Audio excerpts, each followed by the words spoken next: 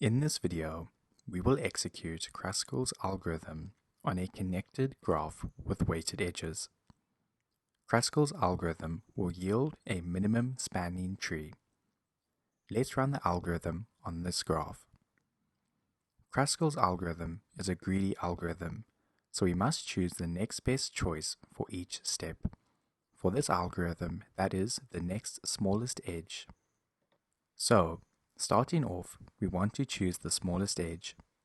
In this case, the smallest edge is between node F and node D, with an edge weight of 1. Next, we repeat this step of looking for the next smallest edge that does not create a cycle.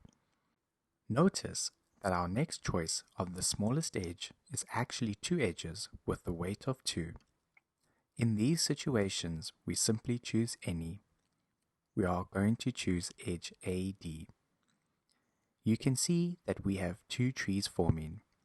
This is not a problem because in this algorithm, all mini trees will eventually connect to form one tree, which will result in our single minimum spanning tree.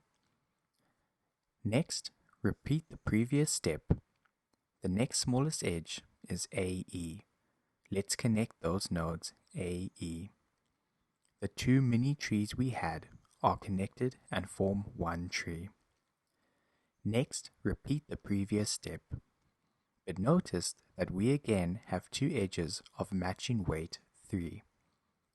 But in this case, we can't use edge ED, because we can only use an edge where at least one of its connecting nodes is not connected to the same tree.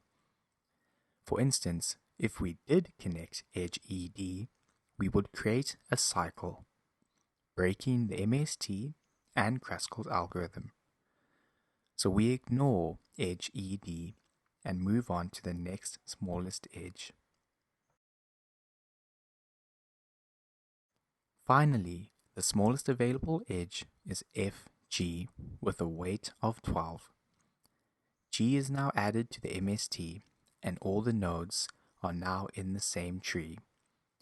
Here is our minimum spanning tree for this connected weighted graph. Regarding time complexity, this algorithm speed is limited by the sorting of the edges. We can leverage the merge sort algorithm to give us a time complexity of n log n, or edge log edge.